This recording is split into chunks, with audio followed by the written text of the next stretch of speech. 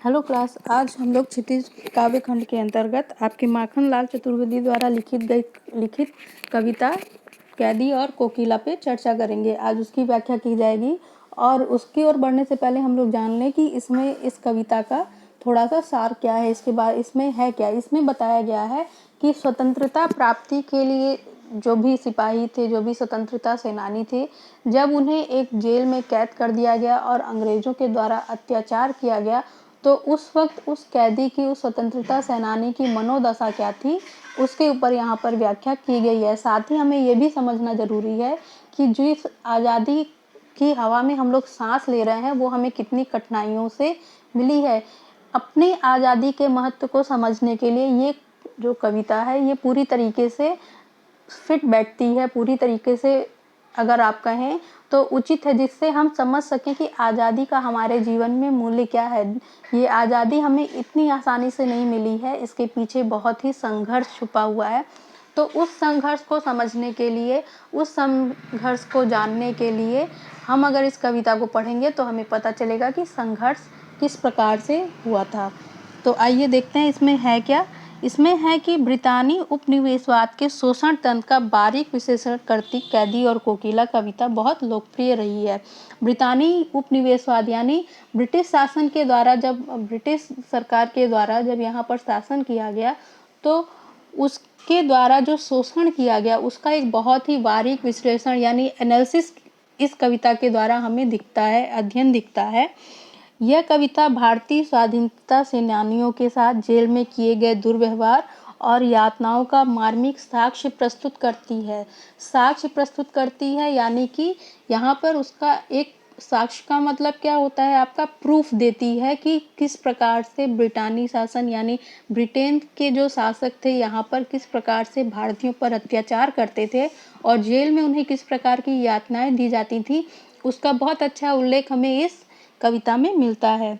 कवि जेल में एकाकी है और उदास है। कोकिल से अपने मन का दुख, असंतोष और ब्रिटानी शासन के प्रति अपने आक्रोश को व्यक्त करते हुए कहता है कि यह समय मधुर गीत गाने का नहीं बल्कि मुक्ति का गीत सुनाने का है। कवि को लगता है कि कोयल भी पूरे देश को एक कारागार के रूप में देखने लगी है, इसलिए अर्धरात्रि में चीख उठी है।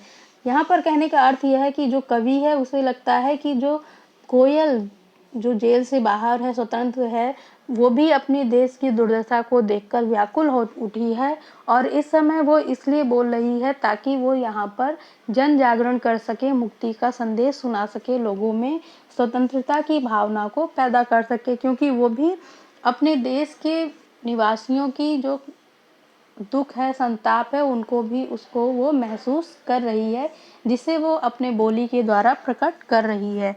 तो आइए आगे देखते क्या है इसमें। क्या गाती हो, क्यों रह जाती हो, कोकिल बोलो तो, क्या लाती हो, संदेशा किसका है, कोकिल बोलो तो। यहाँ पर जो स्वतंत्रता सेनानी कैद है जेल में, वो कोकिल से, कोयल से पूछता है कि हे कोकिल, हे कोकिला, क्या गाती हो, तुम क्या गा रही हो, क्यों रह जाती हो और रहते रहते तुम चुप क्यों हो जाती हो, कोकिल बोलो तो, क्या लाती हो, संदेशा किसका है, किसका संदेशा तुम लेकर आई हो, कोकिल बोलो तो। यहाँ पर कवि यहाँ कोकिला से प्रश्न कर रहा है कि हे कोकिला, तुम बताओ कि तुम रह रहकर बोलती हो, फिर रह रहकर चुप भी हो जाती हो, क्या तुम किसी का संदेशा लेके आई हो, क्या किसी देश के निवासी का संदेशा लेके आई हो, या जो घटनाएं घटित हो रही हैं उनके बारे में कुछ जानकारी देने के लिए तुम आई हो, परंतु यहाँ लोगों के कष्टों को देखकर तुम्हारा मन आहत हो जाता है और तुम बोलते बोलते चुप हो जाती हो। ऊंची काली दीवारों के घेरे में, डाकू चोरों बटमारों के डेरे में।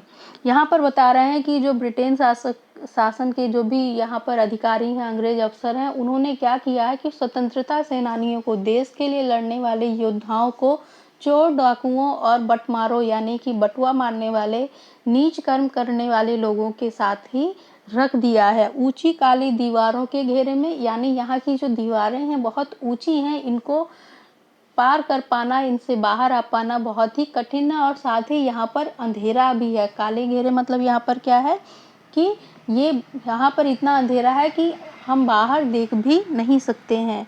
जीने को देते नहीं पेट भर खाना, मरने भी देते नहीं तड़प रह जाना। यहाँ कह रहे हैं कि यहाँ पे जो अत्याचार हो रहा है उसमें ना ये अधिकारी हम लोग को जीने दे रहे हैं और ना ही मरने दे रहे हैं, ना हमें भरपेट भोजन दे रहे हैं और ना ही हमें पूर्णतः समाप्त कर दे रहे हैं। तड़प रह जाना, और अपने कष्टों को देखते हुए हम केवल तड़प कर रह जा रहे हैं, अपने घावों को देखते हुए हम लोग तड़प कर रह जा रहे हैं, इसके लिए भी हम कुछ भी कर नहीं पा रहे हैं। यानी जितना व्याकुल हमारा मन अंदर से है स्वतंत्रता प्राप्त करने को, उतना ही हमारा शरीर बाहर से भी जख्मी है अंग्रेजों के द्वारा किए गए दुर्व्यवहार से। शासन है या तम का प्रभाव गहरा है, जीवन पर अब दिन रात कड़ा पहरा है। यहाँ बता रहे हैं कि दिन रात यहाँ पर पहरे लगे हुए हैं। ऐसा लग रहा है यहाँ पर शासन नहीं है बल्कि चारों तरफ अंधेरा ही अंधेरा छाया हुआ है। हिमकर निराश कर चला रात भी काली, इस समय कालीमा मई जगी क्यों आली। हिमकर निराश कर चला, यानी हिमकर का मतलब यहाँ पे जो चंद्रमा आया है वो भी, उसकी रोशनी भी हमें कोई उत्साह नहीं दे रही है, हमें किसी भी प्रकार की प्रेरणा नहीं दे रही है। निराश कर चला रात भी काली, और वो हमें ऐसे निराश कर दे रहा है जैसे उसका उजाला भी अंधेरे के समान ही लग रहा है। इस समय कालिमामयी जगी क्यों आली, और वो पूछ रहे हैं कि इस कालिमामयी शासन में, इस काले शासन में हे कोकिला तुम जगी हुई क्यों हो और क्यों बोल रही हो, क्यों आई हो। यहाँ तो चारों तरफ अंधकार ही अंधकार समाया हुआ है। तो आज क्लास इतना ही, बाकी की चर्चा हम कल करेंगे। Thank you.